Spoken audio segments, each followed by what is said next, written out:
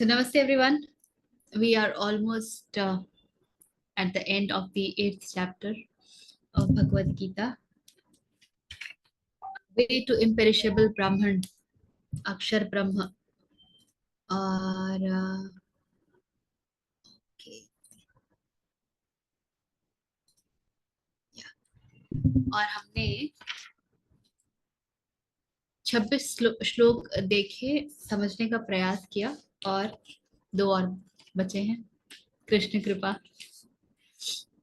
कुछ है जो पीछे से any question, any experience, anything to share?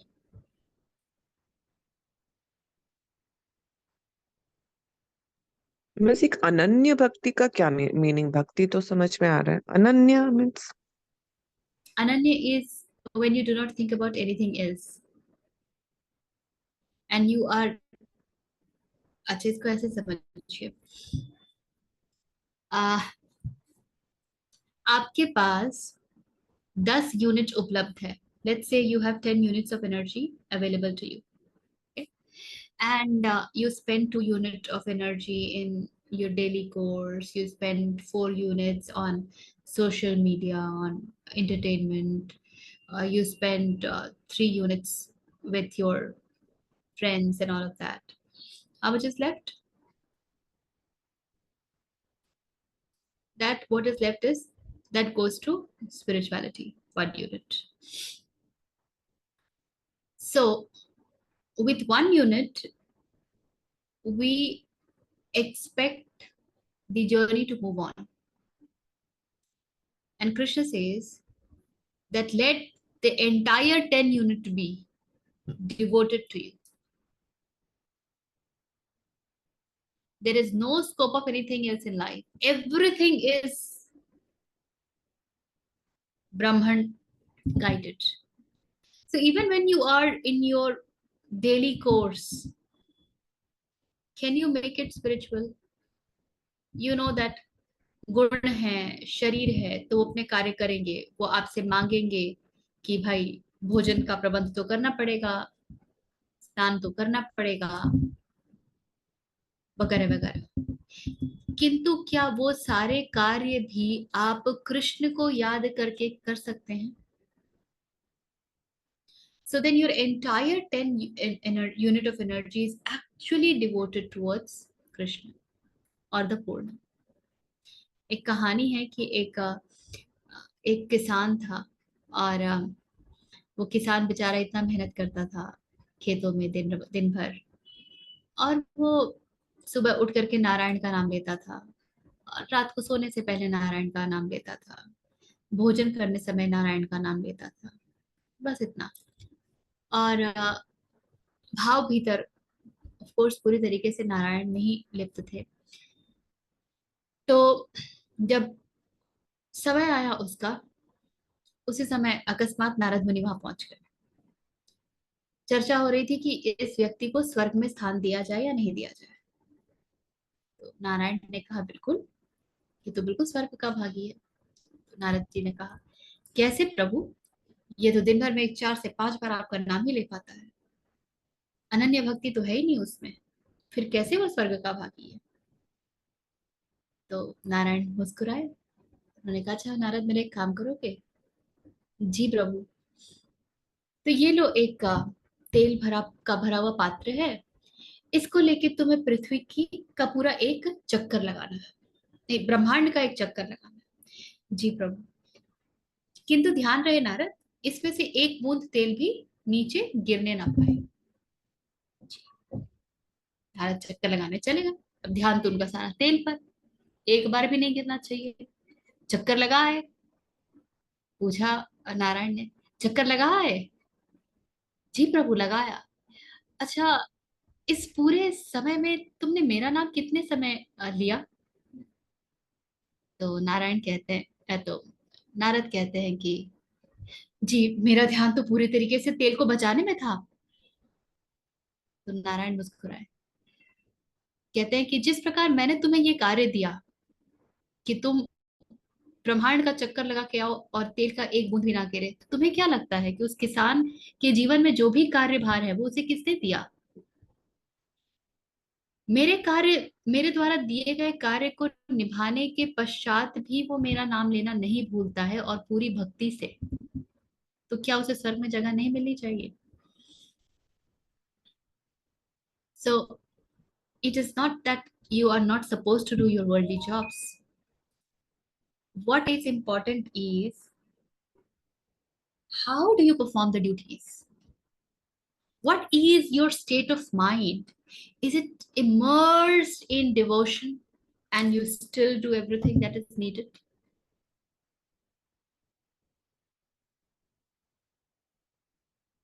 I have learned it. The first thing in the morning is everything that's being done is all samarpit to you. And it's a great relief because then you take care. Whatever happens, I know that it will hit me, but then you are taking care. So how can anything go wrong? Even if what's going wrong and it looks like that, it definitely will have some meaning. I I might be very myopic, very short-sighted, not to be in condition to be able to see. उतनी दूरदर्शिता शायद मुझ में ना हो, मैं ना देख पाऊं आज की तिथि में कि क्या कारण है, उसमें क्या मेरे लिए भलाई छुपी है। किंतु नारायण ने सोचा है ना, तो कुछ तो भला अवश्य होगा।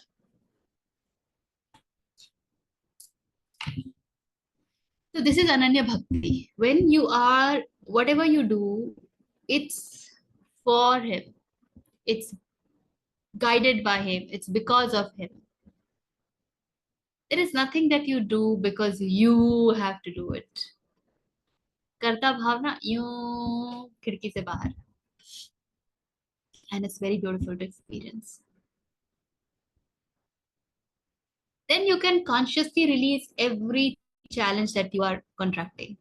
You could say this also is given by him. So if he has given that to this to me, this is also a prasad na. ये भी तो प्रसाद है। ये जो कठिनाई नारायण ने मुझे दी है, तो मैं इसकी अवहेलना कैसे कर दूं? मैं इसे बुरा भला कैसे कह दूं? क्योंकि प्रसाद में कौन सा आशीर्वाद है, ये तो समय ही बताएगा ना। क्योंकि मैं तो समय का एक टुकड़ा देखती हूँ, मुझे पूरा समय का तो ज्ञान है नहीं, मैं तो समय के पार हूं नहीं। समझ आ रही है बात? So Ananya is when you're totally into that, whatever you do is guided by him. So Brahma is all that exists. Brahman is all that exists. Is this clear, Parul? Yes, yes. पिछली बार हम लोग बात कर रहे थे दक्षिणायन और उत्तरायण की, और मुझे ना बाद में एक और उदाहरण सूझा। जैसा हम समझ पा रहे थे, दक्षिणायन जो यात्रा है, जो नीचे की ओर है, आ, उसमें संकल्प का बड़ा रोल होता है, और जो ऊपर होता है उसमें समर्पण का बड़ा रोल होता है। अच्छा, आभा कुछ कह रही हैं, बोलिए। एक्चुअली मुझे ना प्रश्न जानना था। कथा तो मैंने सुन ली, पर प्रश्न मैंने मिस किया। अनन्य भक्ति क्या है? अच्छा, ऑलराइट, थैंक्स। अनन्य भक्ति क्या है? तो Richa ji, Richa ji, you will be very surprise जब आप एक्चुअली, मैं अभी बिकॉज मैं थोड़ा आराम कर रही हूँ ना, तो ज्यादा सुन रही हूँ, तो उसमें ना, उसमें एग्जैक्टली समर्पण वर्सेस संकल्प ही मेरे मन में ये एग्जैक्ट वर्ड्स आ रहे थे। दिस इज ना समर्पण वर्सेस संकल्प, और आज ना अभी अब 2 मिनट बाद में आप एग्जैक्टली वही वर्ड बोल रहे हो कि वो। एंड दूसरा ना, नॉर्थ एंड साउथ अगर हम मैप में देखें ना, तो north is upward, south is downward. तो मुझे ऐसा भी आ रहा था कि अब इसको मैं कैसे अलग अलग तरह से decode, I was trying my own ways because ये बहुत मुश्किल था। तो ये दो चीज आई, तो मुझे लगा मैं शेयर करती हूँ। तो एक उदाहरण जो मुझे ध्यान में आ रही थी, वो थी जब हम व्रत करते हैं। व्रत करते हैं तो हम सब जानते हैं ना, जिस दिन भोजन करना मना होता है उसी दिन भोजन की सबसे ज्यादा याद आती है ना। जो चीज वर्जित होता है, हम हमारा मन उसी दिशा में भागता है। तो जब व्रत करते हैं और भोजन याद आ रहा है और संकल्प लेते हैं कि आज मुझे भोजन नहीं करना है या आज मुझे फल पर ही रहना है, आज फलाहार ही करना है, वो दक्षिणायन की यात्रा है। व्रत फलित होगा किंतु व्रत करने वाला बचा हुआ है, क्योंकि हर क्षण ये संकल्प चल रहा है कि मुझे फल पर रहना है। ठीक है। और इसका एक एक दृष्टि उल्टी हो जाए मान लीजिए। और क्या है वो दृष्टि? व्रत करना है तो भोजन है, होता है कुछ, वो याद भी ना आए। द भोजन becomes non-existent. There is nothing like food. It doesn't hence. So even if it is there in front of me, it doesn't exist for me because it is not pulling me in any way. मेरा भोजन से कोई रस नहीं है, और इसलिए व्रत करना बिल्कुल सहज है। मुझे किसी संकल्प शक्ति की आवश्यकता नहीं है। समर्पण है, वो पार कराएगा। मुझे भोजन ध्यान भी नहीं आ रहा। So then you can actually be the व्रतधारी in the state of समर्पित one. ये उत्तरायण की यात्रा है। ये बात कुछ समझ आ रही है?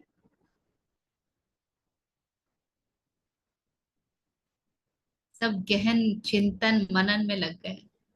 यस। तो ऋचा जी, ये जो भी आप कह रही हैं, ये हर ये बात दिन कुछ जीने की, हाँ शिव जी, मैं बोल रहा हूँ, आपने जो हाँ एग्जाम्पल दिया अभी है, ठीक है, व्रत का, ये ये सारी चीजें हम हर दिन करेंगे, राइट? इस तरह से जीवन जीना है। हाँ। तो व्रत मैंने आपको एक उदाहरण दिया कि संकल्प कैसे रखना पड़ता है। संकल्प रख करके कैसे हम आध्यात्मिक जीवन धारा में चल सकते हैं। तो उस संकल्प में कर्ता जीवित रहेगा। उसे ही ओशो यात्रा के रूप में समझा रहे हैं। जो हमें कृष्ण कहते हैं ना कि दक्षिणायन की यात्रा में कृष्ण पक्ष है, रात्रि का समय है, 6 महीने दक्षिणायन वाले हैं, और उस वहां से भी तुम बहुत आगे जाओगे, फल भी मिलेगा, किंतु you will come back.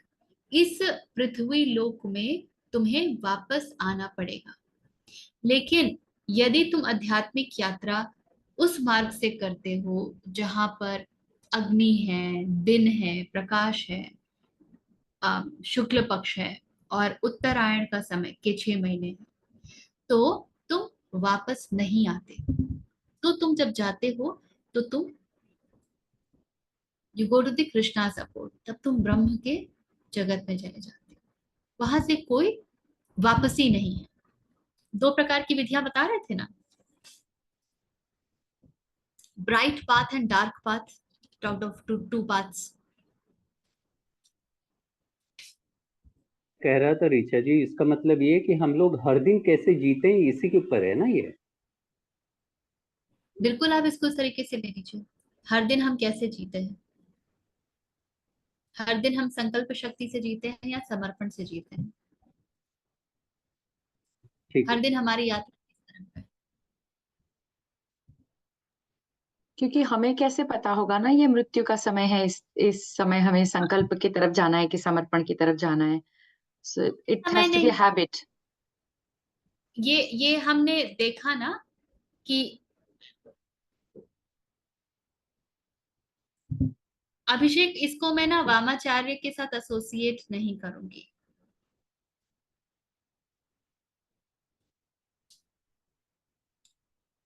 Okay.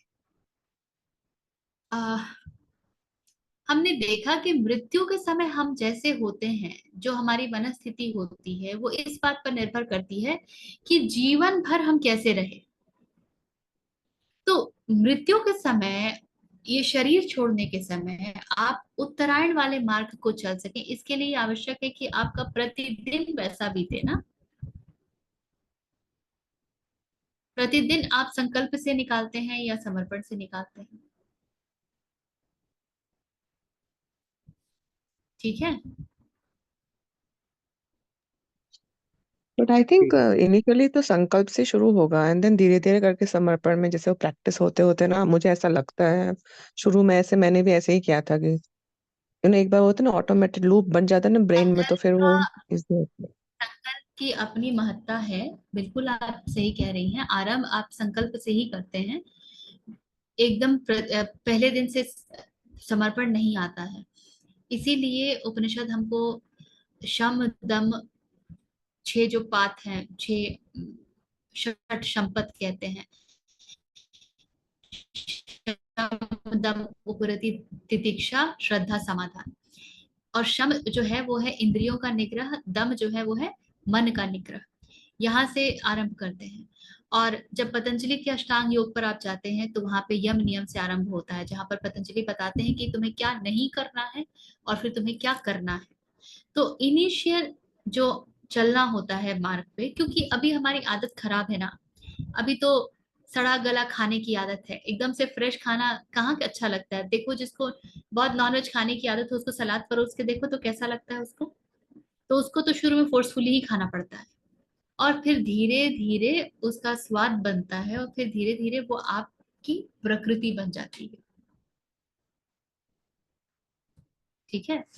तो this is how the process goes. चलिए 27 प्रवेश करें। पढ़िए आप।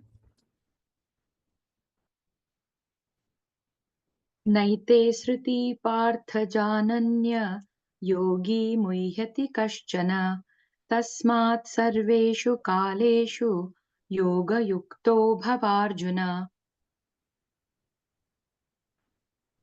न एते सृति पार्थ जानन, न these two paths, knowing that path, yogi muhyati kashan, yogi is deluded, whosoever, tasmat sarveshu kaleshu, therefore sarveshu kaleshu, in all the times, yoga yuktah bhava arjuna, Arjun हे अर्जुन योग युक्त बनो।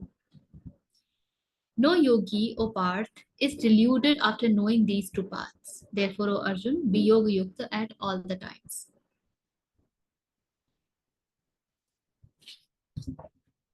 मजेदार घटना यह है कि हम जब मोक्ष की बात करते हैं तो हम कहते हैं कि ये संसार के अगेंस्ट जाता है। हमारे लिए ये जो डिल्यूशन है, डिल्यूशन क्या है? Delusion is the nature of ignorance. Ignorance माने द्वैत। यदि द्वैत नहीं है, अद्वैत है, तो आप इग्नोरेंस में है नहीं। आपको सब कुछ खुल चुका है, सारा मार्ग, आपको सब बातें स्पष्ट है। तो अगर डिल्यूटेड है तो इसका मतलब बहुत सीधी है, माया का प्रहार बिल्कुल पूरी तरीके से चल रहा है।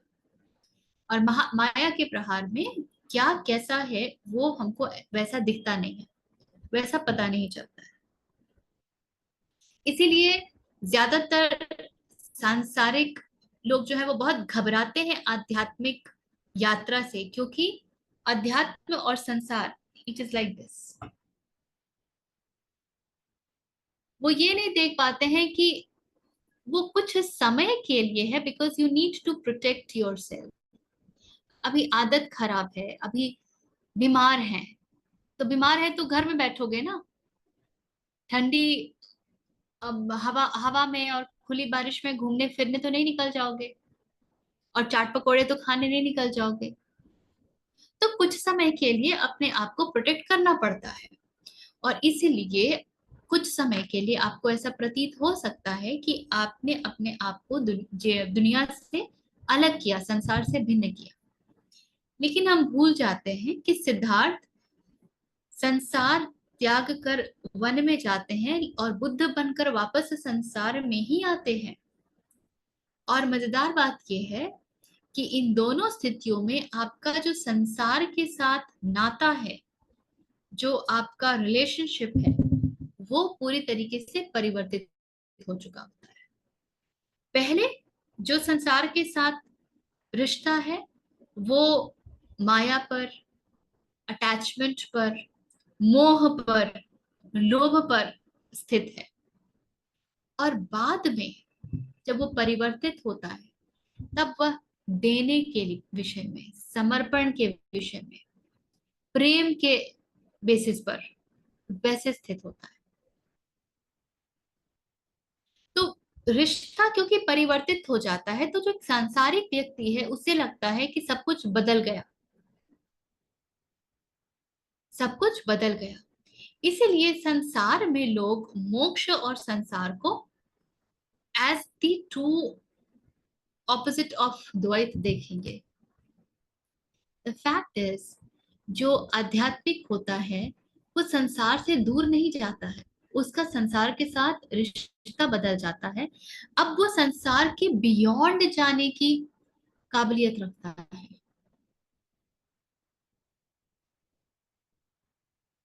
वो संसार के बियॉन्ड जाने की काबिलियत रखता है।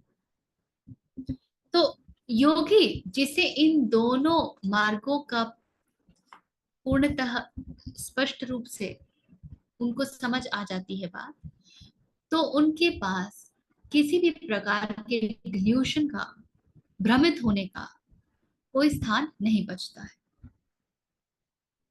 और इसीलिए जब सब कुछ स्पष्ट होता है तो वो चुनते हैं उत्तरायण वाले मार्ग को।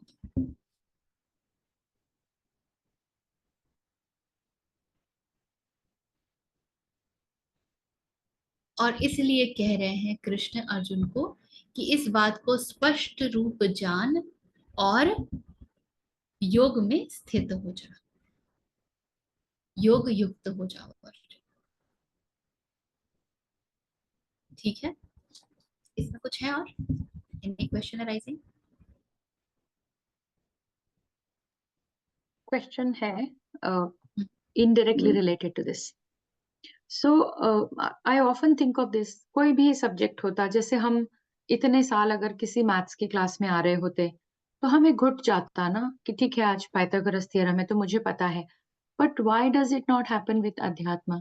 जैसे मुझे अभी तीसरा अध्याय का कोई भगवत गीता का श्लोक खोला, it won't open up for me. ऐसा क्यों होता है? जबकि बहुत नॉर्मल, हम हमारे डे टू डे की भाषा है वो, it is not a formula. Actually academic subjects are not something that we use day to day, but ये तो रोज की भाषा है, रोज के हमारे इमोशंस हैं, तो ये क्यों नहीं खुलते हमको?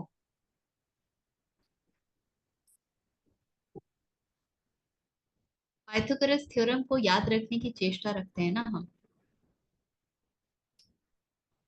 उसके ऊपर ध्यान होता है, उसको हम 5 बार प्रैक्टिस करते हैं, तब तक प्रैक्टिस करते हैं जब तक हमारे भीतर वो बस नहीं जाता। और क्योंकि उसको प्रैक्टिस करने में, उसको अभ्यास करने में संसार बीच में नहीं आता है। संसार नहीं कहता है कि मत करो अभ्यास, संसार तो कहता है ये आवश्यक है, तुम्हें मालूम होना चाहिए, तो तुम और अभ्यास कर लो। लेकिन जहाँ अध्यात्म की बात आती है तब संसार डर जाता है, अरे ये तो छूटा जा रहा है, पता नहीं इसका क्या होगा, फिर तो ये व्यक्ति सामाजिक रूप से जिएगा नहीं, ये शादी ब्याह नहीं करेगा, बच्चे नहीं पैदा करेगा, नौकरियां नहीं करेगा। और समाज से जाके पूछिए तो उनका एक वेस्टेड इंटरेस्ट होता है आपके आध्यात्मिक ना होने में। उसको डर है कि आप जो हो जाएंगे ना, उसको देख के उनके बच्चे, उनके आसपास के लोग, वो भी कहीं इस मार्ग में ना चलते।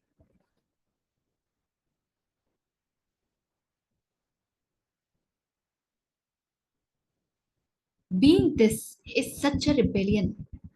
It is such a rebellion. It is about your entire existence, who you are. और जब हम ये पढ़ते हैं और याद नहीं रहता है, तो इसको शब्दशः याद रखने की कोई बात नहीं होती है। ये आपके होने का हिस्सा बन जाता है, ये आपके हर एक व्यवहार में दिखता है। गीता बोल के नहीं सुनानी होती है, गीता में जी के दिखाना होता है। गीता जिया जाता है और जीवन गाया जाता है, गीता में स्थापित हो गया। श्लोक 700 कितने श्लोक हैं, कहाँ याद रखेंगे? मैंने तो इतने पढ़ लिए, आप लोगों के साथ भी पढ़े, मुझे कुछ भी नहीं याद है। मैं एक श्लोक उद्धृत नहीं कर सकती हूँ। अब इसे आप मेरी याददाश्त कहें, जो कहें।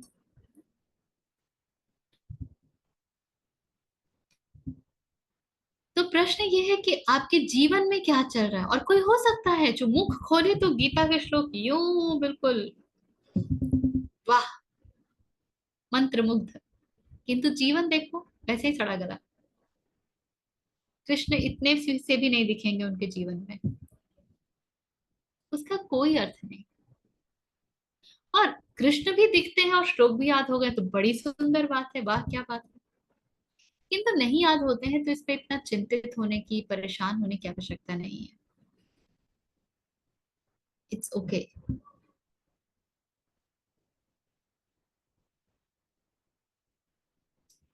ये कोई कंपटीशन थोड़ी है जहां सब कुछ वोमिट करना है। ये जीवन है, यहाँ तो जीने की बात है। जिया कैसे, नाचा कि नहीं, लीला में शामिल हुए कि नहीं, हर क्षण कैसा बीता, मजा आया कि नहीं। अरे आज बड़ी लात पड़ी है और मजे में ये ना बोल पाओ तो क्या फायदा। बाप रे बाप, चारों ओर क्या हाहाकार मचा है, हे प्रभु मजा आ गया।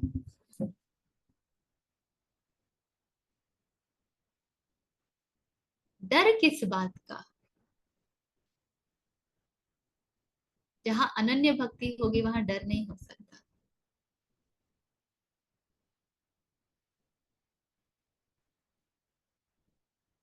आज के आज ये शरीर छूट जाए, छूटने दो, क्या फर्क पड़ेगा।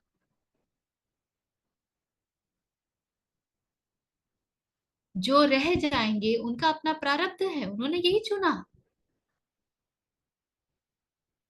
उनकी अपनी यात्रा है। क्या पता आपके शरीर छूटने के बाद उनकी यात्रा आगे बढ़े, अचानक से उनके जीवन में कुछ ऐसा हो गया है कि जिसके कारण वो आध्यात्मिक हो जाए, क्या पता। उसके पश्चात वो अपने प्रश्नों के उत्तर ढूंढने निकल पड़े। अभी तो उन्हें उनके पास प्रश्न ही नहीं है, क्योंकि चारों ओर से इतनी सुरक्षा है।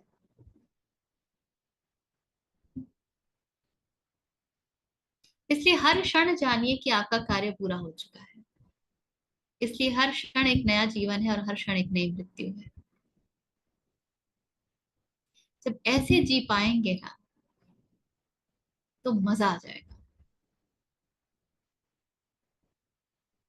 काम हो पाया तो भी बहुत बढ़िया, नहीं हो पाया तो भी बहुत बढ़िया, कुछ मिल गया तो भी बहुत बढ़िया, नहीं मिला तो और भी बढ़िया।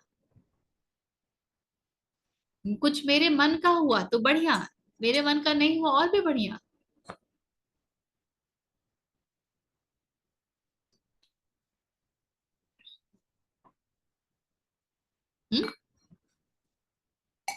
That's the right way to live.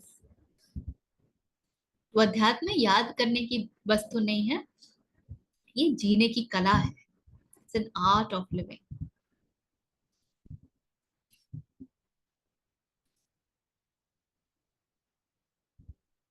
Hmm. Pradeep ji is right, as the vibrations become high it gets easier. इसीलिए रोज की साधना का महत्व है, और साधना सिर्फ 1 घंटे आधे घंटे की बात नहीं है, वो 24 घंटे की बात है। So, Vijay saying abstract maths and spirituality are same, doesn't exist but runs everything.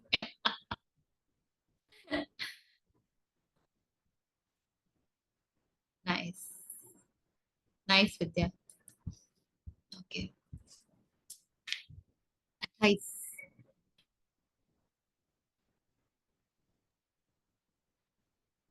पढ़ूं? हाँ पढ़ो। वेदेषु यज्ञेषु तपःसु चैव दानेषु यत्पुण्यफलं प्रदिष्टम् अत्येति तत्सर्वमिदं विदित्वा योगी परं स्थानमुपैति चाद्यम्।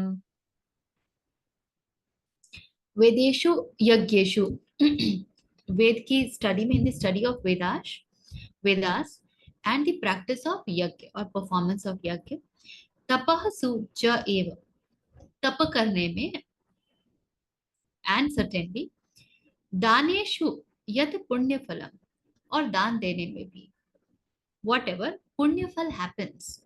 तो आप वैदिक अध्ययन में लगे हुए हैं या फिर यज्ञ करते हैं जो वैदिक कर्म कांडों के अनुसार है, या आप तप करते हैं या आप दान करते हैं, इन सब में फल है।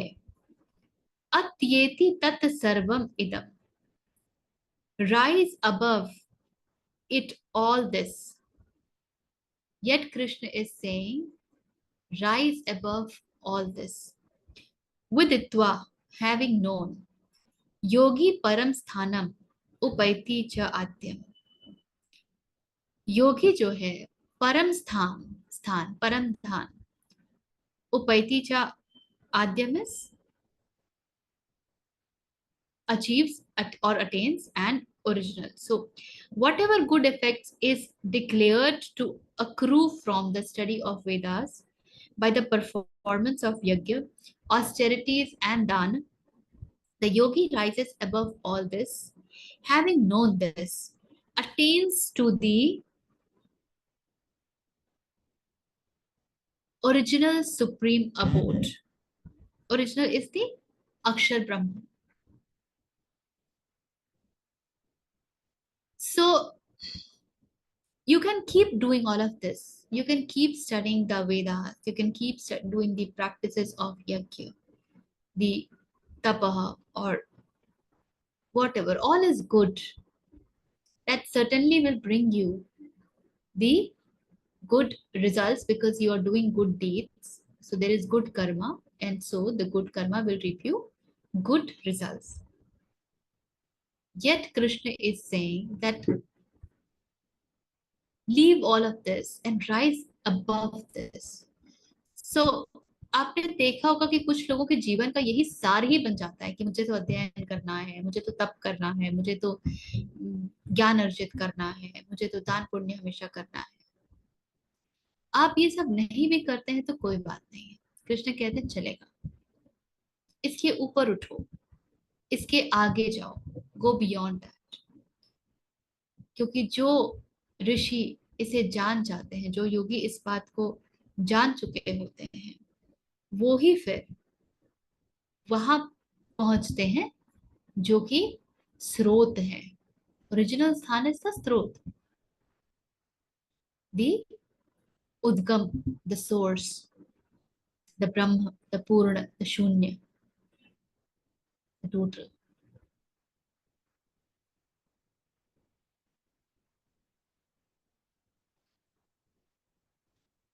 सो इति अक्षर ब्रह्म योगो नाम अष्टमो अध्यायः।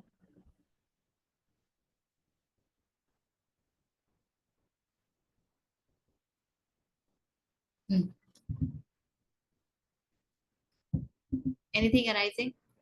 We will not start the 9th chapter today. 9th adhyay.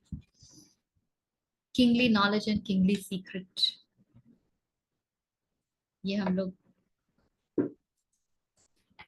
अगले शुक्रवार से आरंभ करेंगे। यहाँ पर कुछ भी प्रश्न हो, कुछ भी उठ रहा हो मन में, कुछ भी है जो साझा करने की इच्छा हो।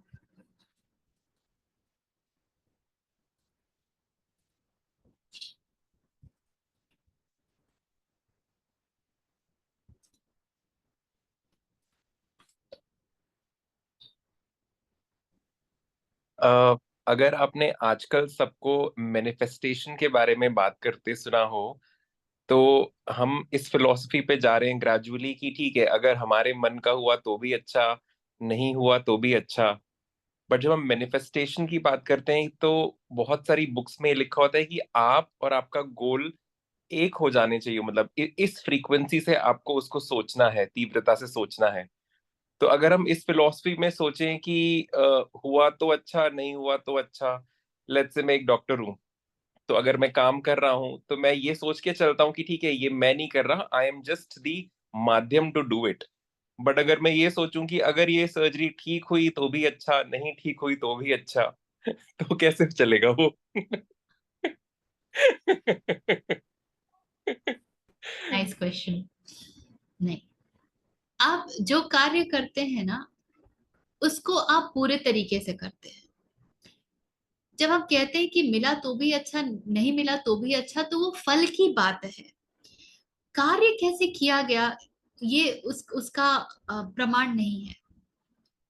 जब हम कर्म योग की बात करते हैं, पारुल भी कह रही है कर्म योग में भी आंसर है। जब कृष्ण कहते हैं कि action in in action and in action in action, ये स्थिति होनी चाहिए, कर्ता भाव का पूर्ण विगलन होना चाहिए। तो काम करने में कटौती के लिए कृष्ण नहीं कह रहे, वो ये नहीं कह रहे कि काम से ही जी चुरा लो। कर्मण्यवादी का रास्ते यही है ना, कर्म पर आपका पूरा अधिकार है, तो कर्म तो आप करेंगे ही। प्रश्न ये है कि कर्म क्या आप कर रहे हैं या आपके माध्यम से हो रहा है? क्या आप उस कार्य का पूरा श्रेय लेते हैं या आप कहते हैं कि कार्य हुआ, बहुत सुंदर हुआ, कृपा रही, चलो, the best that I knew that I could do, I did, and then there is a full stop. उसके पश्चात उसका जो भी परिणाम आए वो सहर्ष स्वीकार है। एक डॉक्टर के हाथ में सर्जरी है, वो पूरी तरीके से उसको समझ के करेगा, करना चाहिए। किंतु कितने केसेस होते हैं सक्सेसफुल सर्जरी के बाद कोलैप्स हो जाता है पेशेंट। तो कर्म तो करना ही है, उसका कोई ये नहीं है। अब बात है मैनिफेस्टेशन की, तो मैनिफेस्टेशन तो जिसको चाहिए उसको तो कर्ता बनना पड़ेगा। मैनिफेस्ट कौन करवा रहा है और क्या करवा रहा है? और मैनिफेस्टेशन में हम मांगते क्या है? हम कोई कृष्ण को थोड़ी मांगते हैं, संसार की 10,000 वस्तुएं मांगते हैं। गाड़ी हो जाए, घर हो जाए, फॉरेन ट्रैवल हो जाए, ऐसे लोग मिल जाएं, बैंक बैलेंस हो जाए, यही तो मैनिफेस्टेशंस के स्टफ होते हैं ना, ऑब्जेक्ट, विषय। हम ये तो नहीं कहते हैं कि मैं मैनिफेस्ट करूंगा कि कृष्ण मेरे जीवन में अवतरित हो जाए। वो मैनिफेस्टेशन के लिए तो साधना करनी पड़ती है, और वो मैनिफेस्टेशन में फिर आप नहीं बचते, मैनिफेस्टेशन करने वाला नहीं बचता।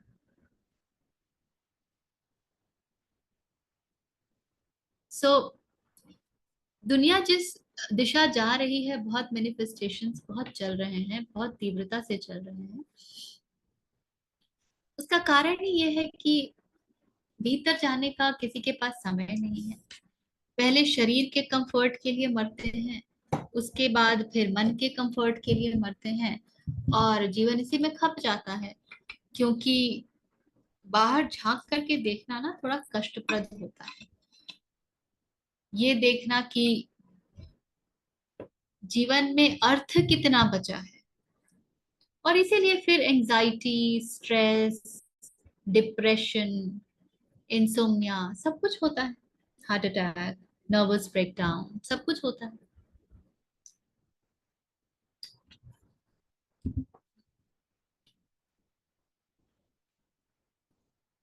ठीक है अरुण जी? बिल्कुल अग्रीड, 100%। और कुछ? आज हम लोग जल्दी क्लोज करने वाले हैं। वाह, हाँ शिव जी बोलिए। आप बहुत खुश हो गए ऋचा जी, जल्दी मैं देख रही हूँ सब, हम लोग सब इतने अच्छे से समझ गए ना, मजा आ गया। अच्छा, मैं क्या बोल रहा था, आपने अभी एक वर्ड यूज किया, मन का कंफर्ट, इसका कुछ एग्जाम्पल बताएंगे आप प्लीज?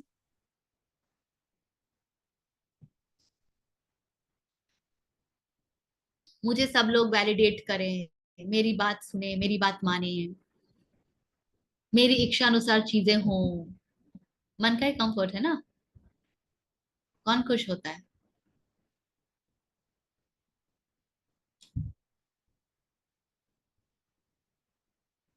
अहंकार इसमें सघन हो रहा है, उसी को आप मन का कंफर्ट बोल रही हैं?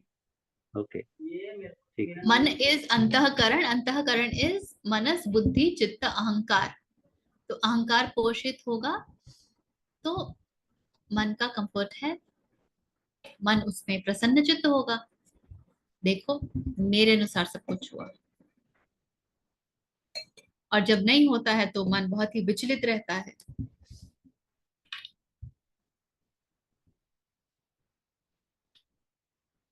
ठीक है, धन्यवाद।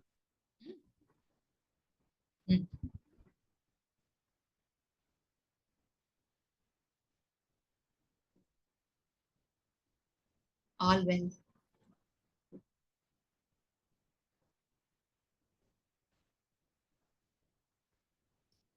ऋचा जी, एक सवाल है जो मैंने आई थिंक पूछा भी था, स्वार्थ और स्वधर्म में क्या डिफरेंस है?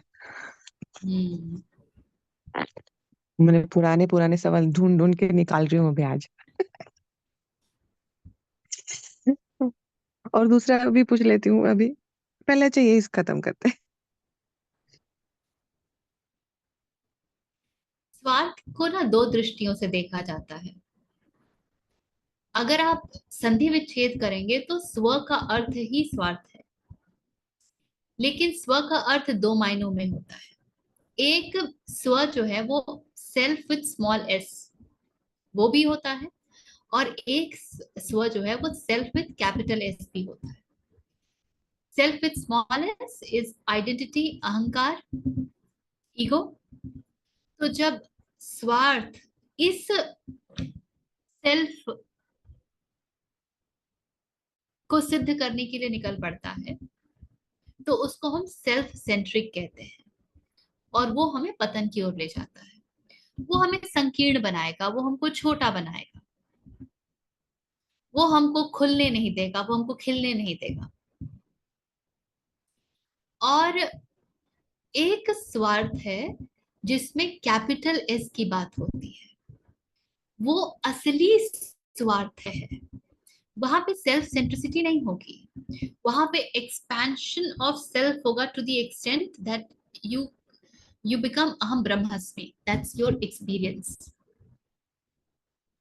जब आप स्वार्थ of self with capital S के अनुसार जीवन व्यतीत करेंगे, उस ध्येय को सिद्ध करने के लिए जीवन व्यतीत करेंगे, तो वो स्वधर्म है।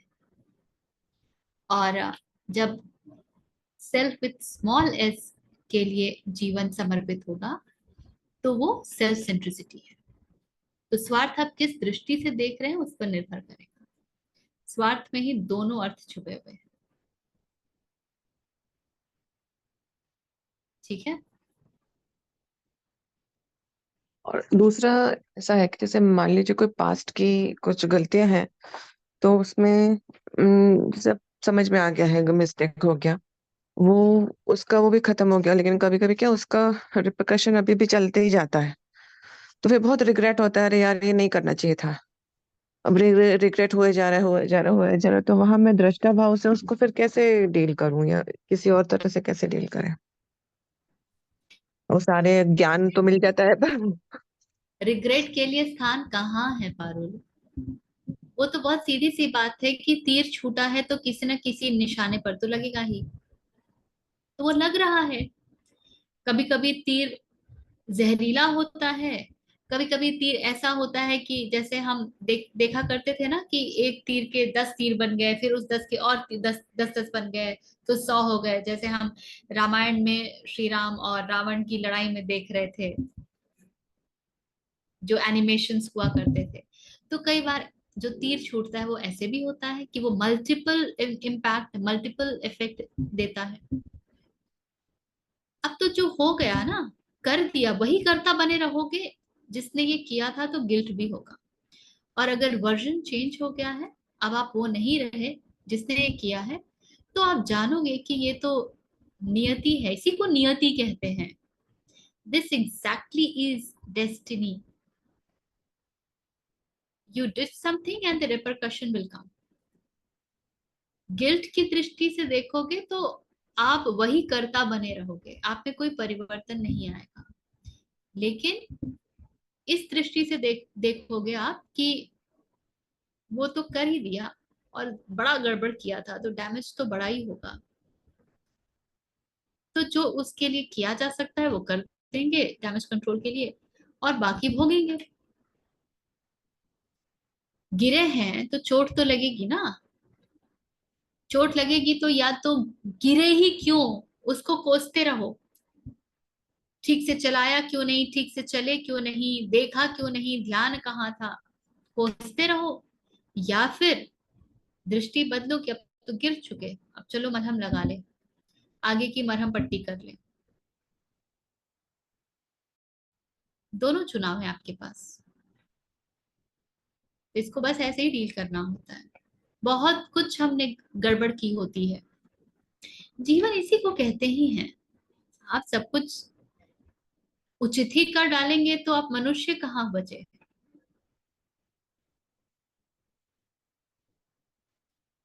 तो इतना ही ध्यान देना है कि वो हो गया, जो भी आप डैमेज कंट्रोल कर सकते हैं करिए और बाकी रिपरकशंस लीजिए और आगे बढ़िए, क्या जो किया जा सकता है। उससे ज्यादा हमारे हाथ में कुछ है नहीं। बाकी तो गिल्ट और सेल्फ रिग्रेट एंड रिमोर्स, ये सब तो अहंकार को पोषित करने की उपाय हैं, तरीके हैं कि बस बने रहो, करता बना रहे, जिसने किया जमा रहे। तो यही तो विवेक की बात है ना।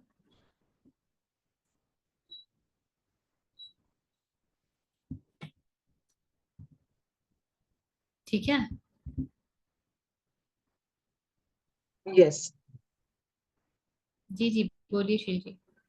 ऋषि एक बात बताइए मेरे को, आप जो कहती है ना, लाइक आपने कुछ काम किया था उसके बाद में आप वो करता नहीं रहे हो, तो आप जब कहना चाहती तो क्या इसका हम एक रिलेशनशिप ऐसे लगा सकते हैं कि आप वो चेतना नहीं हो जो आप थोड़ी देर पहले थी, राइट है? ठीक है। और बैंग ये ऑन। आपकी आपकी जो चेतना है, ये एक वेरिएबल ही होगा ना। जैसे एक पल आपने बहुत अच्छा एक निष्काम काम करके दिया तो चेतना ऊपर उठ गई, और उसके बाद में कुछ आपने एक स्वार्थीपना कुछ दिखाया तो आपकी चेतना नीचे चली आई, तो वेरिएबल हो जाएगा। ओके, ठीक है। इसीलिए चेतना के स्तर की बात हम करते हैं और फिर पूर्ण चैतन्य हुआ जाता है। इसीलिए अवचेतन, चेतन, अचेतन, ये सारे शब्द आते हैं ना, कॉन्शियस, सबकॉन्शियस, अनकॉन्शियस।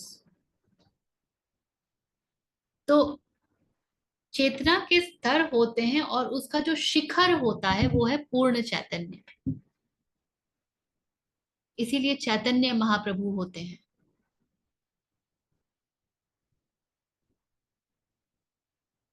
ठीक है, बोलिए रचा। तो ये एक जो थोड़ा है, हाँ, एक एक एडिशन। आपने जो ये स्वार्थ और स्वधर्म बोला था, उसका एक एग्जाम्पल ऐसे हो सकता है कि एक मम्मी जो माँ होगी उसका ममत्व अगर लिमिटेड होगा तो वो बोलेगी ये मेरा बच्चा है, और बाद में अगर जैसे स्कूल टीचर बनती तो बोली ये सारे बच्चे मेरे हैं। ऐसे ही हो सकता है ना इसका example. In a small. Yes yes, ठीक है, थैंक हाँ रचा बोलिए। तो जो पूर्ण चैतन्य और ब्रह्मन वो सेम बात हुई क्या? बिल्कुल सेम बात, शब्दों का हेर फेर है। लोग जिस शब्द से रिलेट करते हैं, देखो ना, निर्गुण है वो, निर्गुण ब्रह्म है, और उसके कितने गुण हम बताते हैं, क्योंकि हमारे पास और कोई उपाय ही नहीं है ना। हम शब्द जानते हैं, हम गुण जानते हैं, क्वालिटीज जानते हैं, तो हम क्या करेंगे। ये हमारी लाचारी है। मौन बहुत सुंदर होता है, लेकिन मौन से किसी को जल्दी मिल जाए, ये इस बात पे भी निर्भर करेगा कि सामने वाला कितना तैयार है। यदि सामने वाला तैयार ना हो तो उसे मौन से मिलता नहीं है, क्योंकि वो रिसीव नहीं कर पाता है। तो फिर शब्दों का सहारा लेना ही पड़ता है।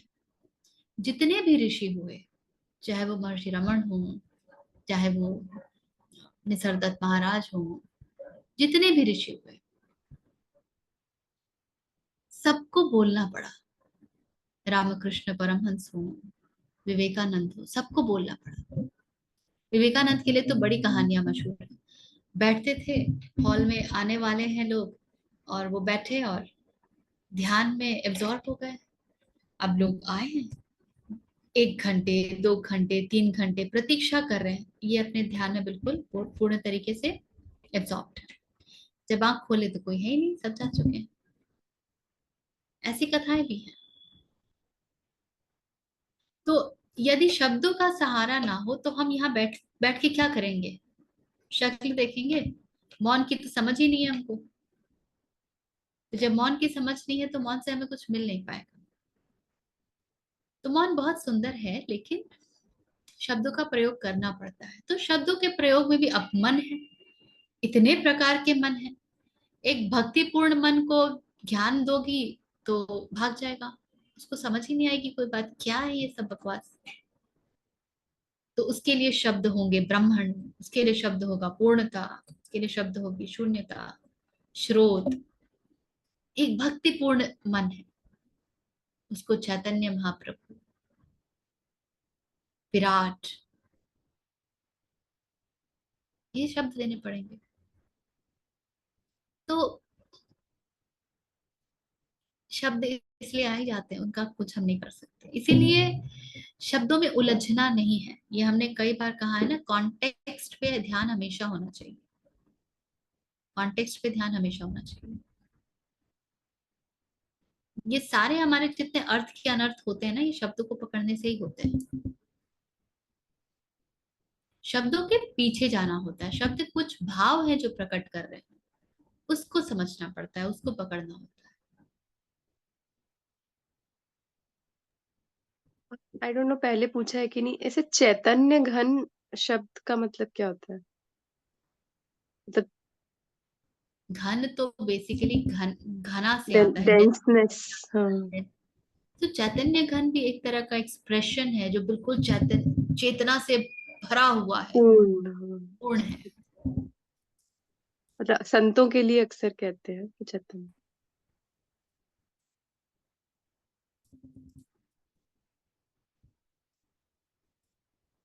ठीक है।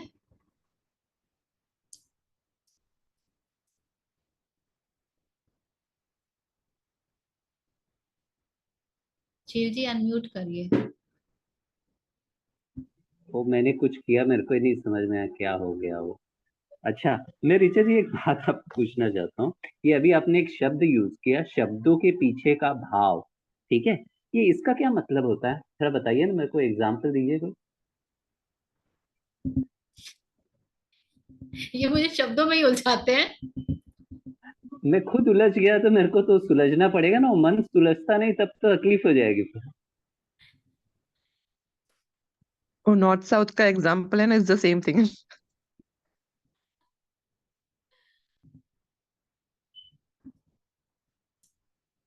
पता नहीं।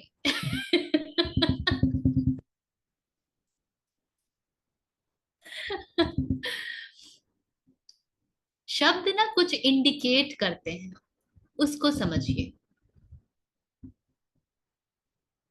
शब्द कुछ इंडिकेट कर रहे होते हैं।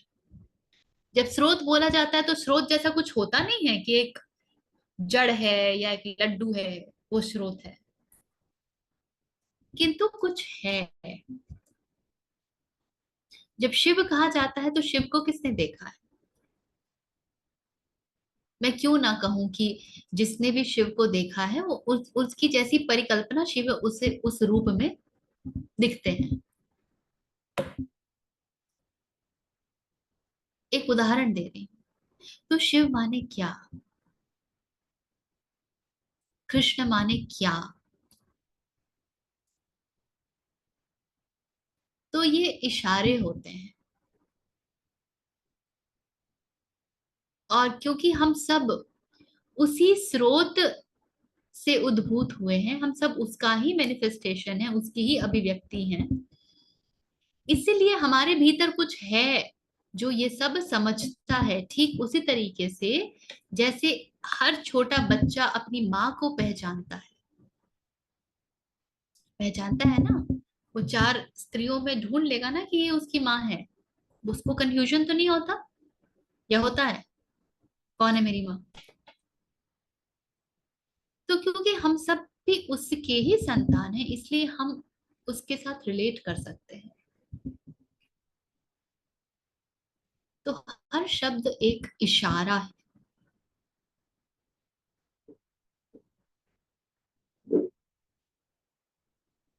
इसीलिए साधना की आवश्यकता होती है, मौन की आवश्यकता होती है, चिंतन मनन की आवश्यकता होती है। हमारे चारों ओर ना बहुत नॉइज है, बहुत नॉइज है, बहुत शोर है। अगर चिंतन मनन नहीं किया तो उस शोर से इधर उधर अपने आप को काट करके आप एकत्रित नहीं कर पाएंगे। आप शोर में बिखरे हुए हैं, हम सब शोर में बिखरे हुए हैं, divided. We have to become individual, undivided, one.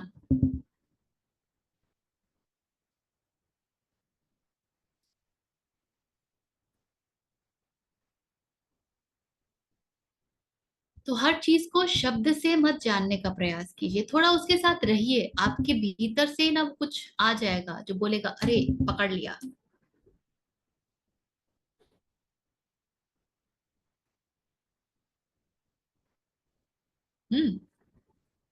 हाँ ऋचा बोलिए।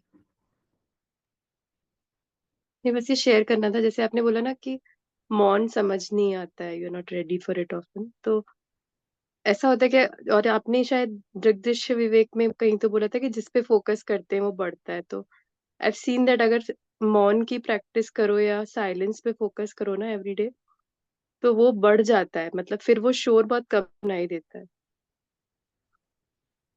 जब बहुत भीड़ होगी तभी भी you can always reach to that silence. Yes, silence जो है ना वो मन की स्थिति हो जाती है। बाहर कितना भी शोर हो उसके बीच में आप शांत होते हैं।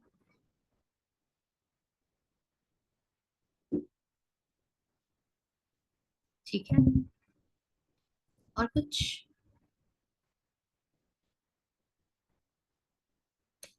Then let's say the prayer. Sit straight, close the eyes. ॐ पूर्णमदः पूर्णमिदं पूर्णात् पूर्णमुदच्यते पूर्णस्य पूर्णमादाय पूर्णमेवावशिष्यते। ॐ शान्ति शान्ति शान्तिः।